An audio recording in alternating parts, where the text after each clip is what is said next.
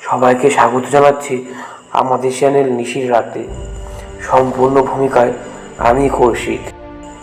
আজকে আমাদের গল্প চক্রব্যূহের তারানাথ। এটা আমাদের ফার্স্ট অডিও স্টোরি, যেটা তারানাথ তান্ত্রিককে নিয়ে। আপনারা যদি চ্যানেলে নতুন এসে থাকেন তাহলে চ্যানেলটিকে সাবস্ক্রাইব করে আমাদের পাশে থাকবেন। তাহলে আজকের অডিও স্টোরি শুরু করা যাক। আচ্ছা, প্রকৃতি কখন নতুন করে সেজে ওঠে?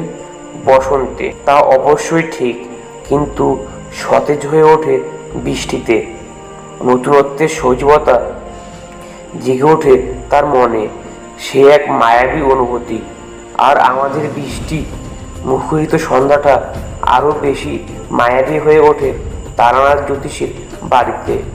তারানাথ তান্ত্রিক তার জীবনে অনেক অদ্ভুত অভিজ্ঞতার সম্মুখীন হয়েছেন। কিছু কিছু তার সাধন পথে, আবার কিছু কিছু মানব কল্যাণার্থে। আবার এসেছি মঠ লেনে এইরকম কোনো এক অদ্ভুত অভিজ্ঞতার গল্প শুনতে, যা আমাদের মুহূর্তেই নিয়ে যাবে কোনো এক অলৌকিক অজানার দেশে। আমরা এতদিনে বেশ ভালোভাবে জেনে গেছি তারানাথ কখনোই মিথ্যাচার করেন না, আর ওর সব গল্প শতভাগ সত্যি। সামান্যটুকু অতিরিক্ত রং চড়ানো নয়, বরং অনেক কিছু গোপন করা হয়।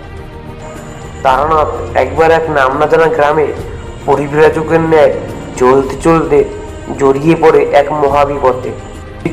ও গ্রামবাসীকে রক্ষা করতে পারবে জানতে হলে শুনুন আজকের গল্প চক্রব্যূহের তারানাথ। আর একটি বিশেষ অনুরোধ রইল, গল্পের ভিতরে উল্লেখিত দেবীর বর্ণনা শুনে কেউ যদি বুঝতে পারো গল্প কোন দেবীর চরিত্র বর্ণনা রয়েছে, দয়া করে নিজের মধ্যে গোপন রাখো, কারণ জানোই তো সকলের নাম মুখে নিতে নেই। সারাদিন রোজ ঝলমলে আকাশ থাকলেও বিকেল হতে না হতেই আকাশ কালো করে মেঘ ঘনিয়ে এসেছে।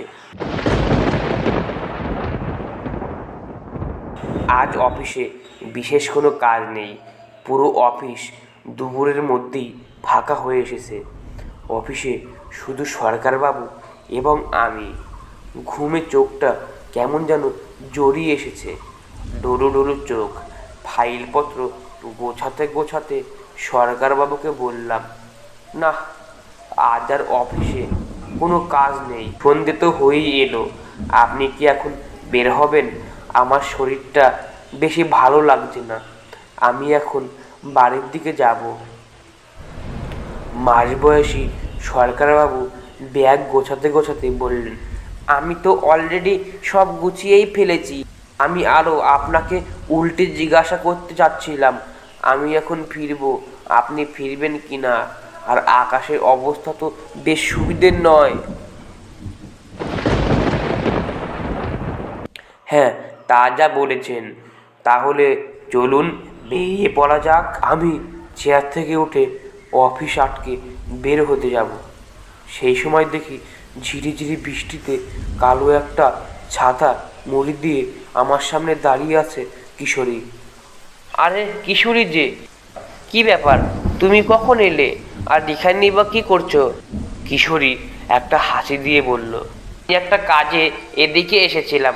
ভাগ্যিস যার সঙ্গে এসেছিলাম তার কাছে একটা এক্সট্রা ছাতা ছিল। তাছাড়া আজকে সারাদিন তো আকাশ পুরো রোদে ঝলমল করছিল, আর হঠাৎই এই বিপত্তি। তো ভাবলাম এসেছি যখন একবার এই দিকটা ঘুরেই যাই, হয়তো তুমি এখনো বাড়ি ফেরোনি। আর সেই দেখলে তো আমার ধারণায় ঠিক হলো। তা এখন বাড়ি ফিরবে তো? চলো আমার সাথে, যতটা সম্ভব একসাথেই যাওয়া যাবে। আমি কিশোরীর ছাতার নিচে গিয়ে ঢুকলাম। আমি ও কিশোরী হাঁটতে লাগলাম। আচ্ছা, বলছিলাম কি, আজকের যে আবহাওয়া, তাতে আমার মনে হয় বাড়ি ফেরাটা ঠিক হবে না।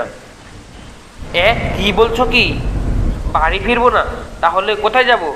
এই বৃষ্টির মধ্যে এখানে দাঁড়িয়ে দাঁড়িয়ে ভিজবো নাকি? আর দেখছো না, এর মধ্যেই আমার ঠান্ডা লেগে গেছে। কিশোরী আমার বলার আগেই এক মুহূর্তে ভেবে বলল, ওহে দাঁড়াও দাঁড়াও, তুমি কি আবার? আমি হেসে বললাম, আরে হ্যাঁ গো, তুমি একদম ঠিক ধরেছ। এই আবহাওয়ায় একটা জম্পেশ গল্প না শুনলে হবে? আর দেখবে ঠাকুর মশাইয়ের কাছে গিয়ে বসলেই এমনিতেই ঠান্ডা জ্বর কাশি সব দৌড়ে পালাবে। তা যা বলেছ, তাহলে মর্টেনের দিকেই যাওয়া যাক, কি বলো? হ্যাঁ তাই হোক, তবে এমনিতেও চারিমা আসার পর আর একটিবারও মর্টেনের দিকে যাওয়াই হয়নি। আমরা দুজন অনেক উৎসাহের সাথে হাঁটতে লাগলাম।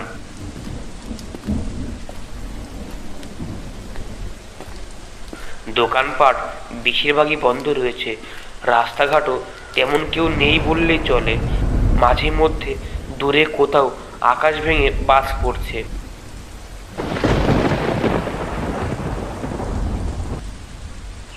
কিছুক্ষণ হেঁটেই আমরা তারানাথের বাড়ির সামনে পৌঁছালাম। তারানাথের বাড়ির দরজায় টোকা দিলাম।